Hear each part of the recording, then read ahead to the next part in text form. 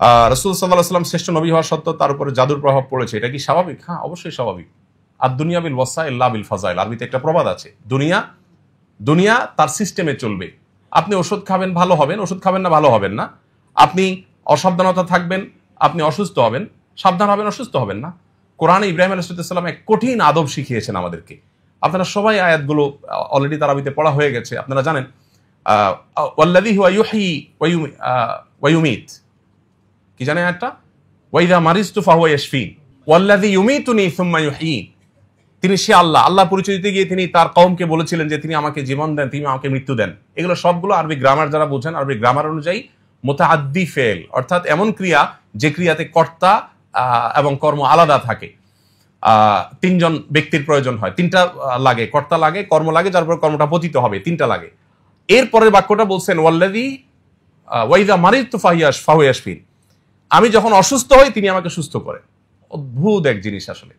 ইব্রাহিম ইসলাম বলছেন যে আমি যখন অসুস্থ হই আল্লাহ তখন আমাকে সুস্থ করেন।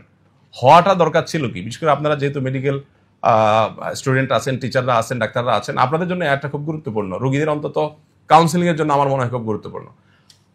ইব্রাহিম ইসলাম বলছেন যে আমাকে তিনি জীবন দেন, আমাকে তিনি মৃত্যু দেন, আমাকে সবকিছু তিনি দেন, সব আল্লাহ করেন, এটা বললেন।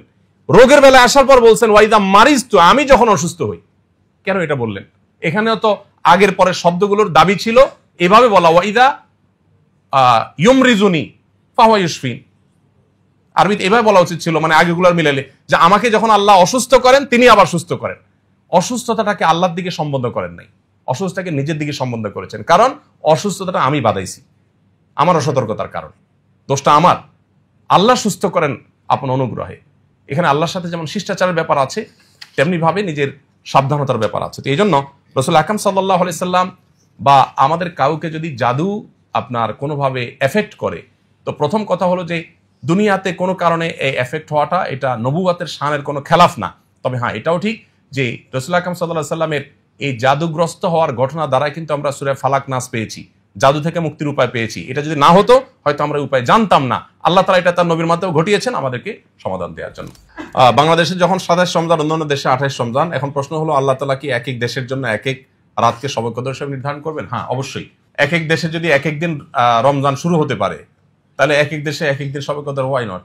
সমস্যাটা কোথায়? এখন একটা মুশকিল হলো আমরা আল্লাহকে আমাদের মতো ভাবি।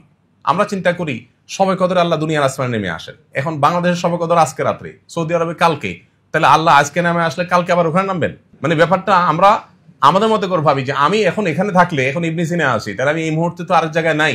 কিন্তু আল্লাহ রাব্বুল আলামিন, তার শানটা হলো যে কোনো সৃষ্টির সাথে তার তুলনা চলে না। তিনি একই সময় কাউকে মৃত্যু দেন, একই সময় কাউকে জীবন দেন, একই সময় কাউকে হাসান, একই সময় কাউকে কাঁদান। তার সাথে তার জন্য একই সময় অগণিত কাজ করাটা এটা সাংঘর্ষিক না? আমাদের জন্য সাংঘর্ষিক। আমরা পারি না একসাথে একাধিক কাজ করতে, বা একসাথে বিপরীতমুখী কাজ আমরা করতে পারি না। আল্লাহ দ্বারা সবকিছু সম্ভব। বিধায় আল্লাহকে আমরা আমাদের মতো করে যখন ভাববো, তখন অবশ্যই আমরা অনেক উত্তর খুঁজে পাবো না। কিন্তু যখন আমরা এটা জানবো যে আল্লাহ তো স্রষ্টা, তিনি তো সৃষ্টি না।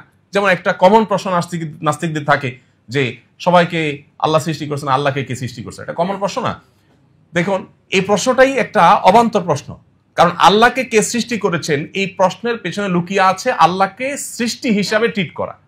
তার মানে আপনি আগে ধরেই নিয়েছেন যে আল্লাহ একজন সৃষ্টি, নাউজুবিল্লাহ, তাহলে তার স্রষ্টাকে।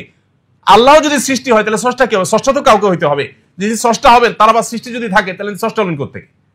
তাহলে আল্লাহকে আপনি আপনার মতো চিন্তা করছেন যে আমার তো একজন স্রষ্টা লাগে, সবকিছুরই স্রষ্টা লাগে, তাহলে তারও লাগবে। এই উত্তর প্রশ্নের মধ্যেই আমাদের ত্রুটি আছে। মহিলাদের ব্যবহৃত স্বর্ণের উপর যাকাত হবে কিনা? অবশ্যই হবে। তবে স্বর্ণের মালিককে সেটা আগে ঠিক করতে হবে। মালিককে স্বামী না স্ত্রীটা ঠিক করতে হবে। স্বামী যদি বলে স্ত্রীকে হ্যাঁ তোমাকে দিয়ে দিলাম, তাহলে যাকাত স্ত্রীর উপর প্রযোজ্য হবে। আর যদি স্বামী বলে না তোমার পড়তে দিলাম, তাহলে যাকাত স্বামীর উপরে। এখন এই প্রশ্ন উত্তর আমি ক্লিয়ার পাই না, বহু জায়গায় আমি জিজ্ঞেস করছি। প্রশ্ন আসলে স্বর্ণের মালিকটা আসলে কে? মুখে বলার সময় বেশিরভাগ মানুষই তো চিটারি বাটপারিতে আমরা লিপ্ত। বলার সময় একবারে মানে উন্মুক্ত গলা বলে হ্যাঁ ডেফিনেটলি ওয়াইফের, কিন্তু সেই স্বর্ণটাই তার যখন বিদেশ যাওয়ার দরকার হয়, ওয়াইফের অনুমতি ছাড়া বলতেছে স্বর্ণগুলো দাও তো, বিক্রি করে একটু আমার ভিসার টাকা দিতে হবে, কত স্বর্ণ হয়ে যাবে। তো তারই যদি হয় তাহলে আপনি এটা বলার কে? আবার এই স্বর্ণ যদি মহিলা নিয়ে তার বাপের বাড়িতে তার ভাই বোনকে গিফট করে দেয়, আপনি তো চোখ বড় বড় করবেন, স্বর্ণ কই, ব্যাপার কি? তার স্বপ্ন সে দিয়ে দিলে, সে স্বর্ণ তার স্বর্ণ দিলে আপনি বলার কে? এই প্রশ্নের উত্তরটা আসলে ক্লিয়ার না বাংলাদেশে। স্বর্ণের মালিক আসলে কে? মুখে বলার সময় হ্যাঁ তোমার দিয়ে দিছি, কিন্তু আবার খবরদারি করার সময় মালিক সুলভ খবরদারি। এই দুটো তো সাংঘর্ষিক। এজন্য মালিক যে হবে জাকাত সে দিবে, এটা ক্লিয়ার হইতে হবে। তবে হ্যাঁ, জাকাত আরেকজন দিয়ে দিতে পারে তার অনুমতি সাপেক্ষে। আস-সুন্নাহ ফাউন্ডেশন, উম্মার স্বার্থে সুন্নাহর সাথে।